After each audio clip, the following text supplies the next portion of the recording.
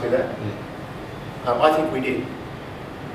I think that although we knew that there would be some reprisals, I don't think we understood the extent of the reprisals that occurred. And I don't think we really understood that in that period between the unarmed peacekeepers, or not peacekeepers, the unarmed supervisors being in place and the results of the ballot coming out, that the reaction would have been so vehement. I recall being in John Moore's office on the morning of the 31st of August, and guys from Defence and Foreign Affairs came across and they said, well, we did it, we got through the ballot, people came and voted, there was intimidation, there was the Richard Carlton incident with the news crew interviewing some people at Liquor, which resulted in a very dangerous situation for people trying to get the ballot papers out later on. But generally speaking, the ballot had gone really well. And I remember saying, well, we haven't got the results yet, and wait to see what the results were. And I couldn't believe how prescient it was. Because when those results came out on the 4th of September, as I say, all hell broke loose, and we were absolutely powerless to do anything, because there were no armed peacekeepers in there. And so it took those 14 days from the time that the militia started rampaging until Interfet could be put in place to go through the business of getting the UN Security Council resolution to do it. And in that 14 days there was absolutely hectic preparations on our part. There were some people in East Timor, which we don't talk about, who were providing us with information, but there was no military intervention possible for that time without the UN Security Council resolution. And so I think that we probably did misread the intensity with which the Indonesians, through the militia, definitely the TNI behind them, the intensity of their appalling acts of destruction. Michael, yes. It was a very rushed business at that before we actually sent troops in. But that initial move, we had a relatively small force went in, didn't we, into Dili, but there were still many Indonesian troops still in Dili. Could you give us a bit of a picture of that and how that was managed?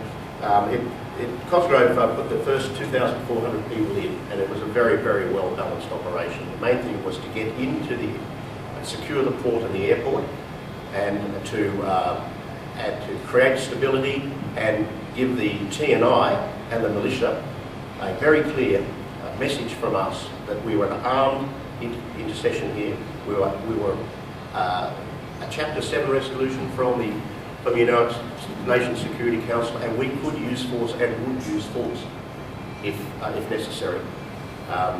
The militia were quite threatening.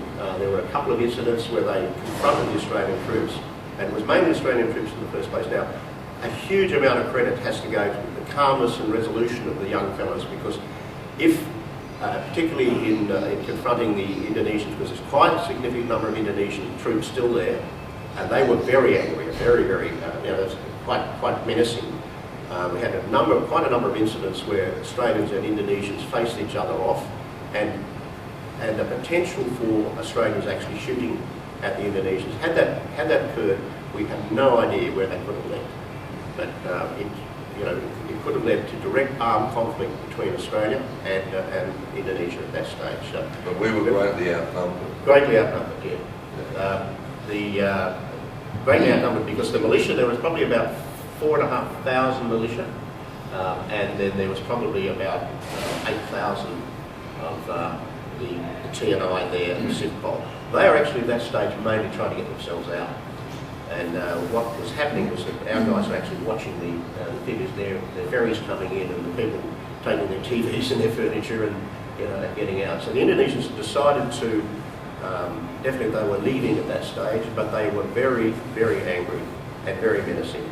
There were 3 major contacts that occurred, but they were with the militia, not with the Indonesians. There were one New Zealander was killed, SAS guy, and 2 Australians were killed. One shot himself accidentally, and the other one died of heat stroke. So there weren't any casualties, but it was a very menacing situation. And it was very important that the forces got out very quickly to all the areas there to make sure that the militia couldn't do any more damage, but also to reassure the people that they were safe and that the UN was there to protect them. Michael, being our biggest neighbour, obviously the relations there were testing at that time. 10 years down the track, where do you see our relation with Indonesia now? That's a very good question, actually. It was very interesting, actually, because there was a lot of double messaging going on there in relation to this. We knew that that our relationship with Indonesia was a really important one, and the East Timorese know that their relationship with Indonesia was very important. So we had to give them a bit of room in relation to what they were doing. We knew that the TNI were inciting the militias, and the Indonesians were denying it and saying it was rogue militia. So you'd see Alexander going out there, Alexander Downer, saying quite a number of times, so these are rogue militia doing it. You know, we believe that the Indonesians are using their best efforts to control what's going on in East Timor. The fact was, and we knew, that they were actually abetting this. Getting Indonesia to the door was really hard.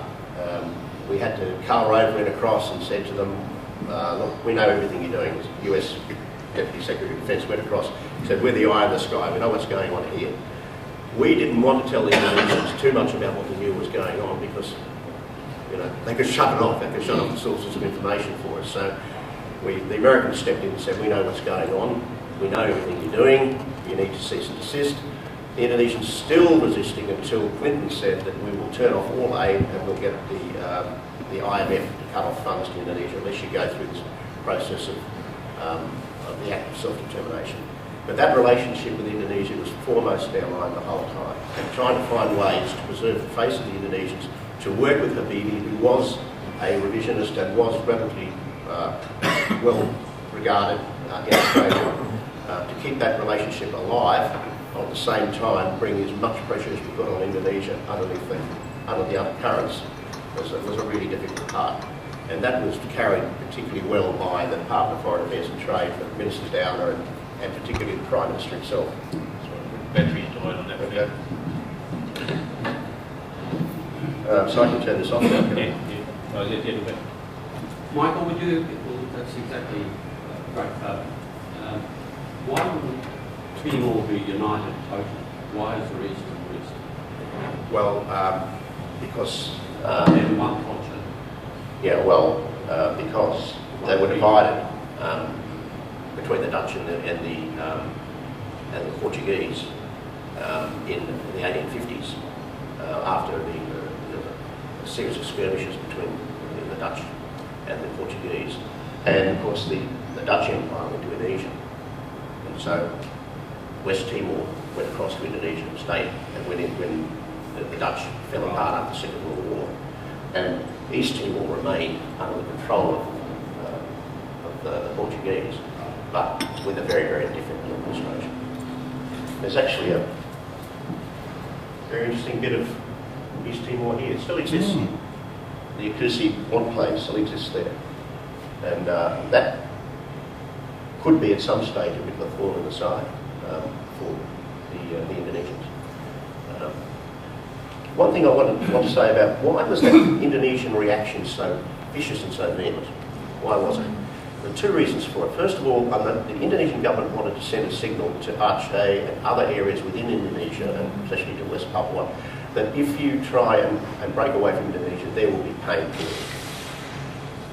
So East Timor was actually a signal to vociferous forces within Indonesia itself that any sort of attempt to break away or to get autonomy was not going to be an easy thing for you to do. What happened, however, was that between the intentions to send those signals from within Jakarta to what happened out in the field was that Jakarta, the political element of Indonesia, didn't have the control over the TNI out there in the empire, and certainly didn't have any control over the militia. And so the reaction was to be far more vicious than one would have expected or needed to be in that sort of signal.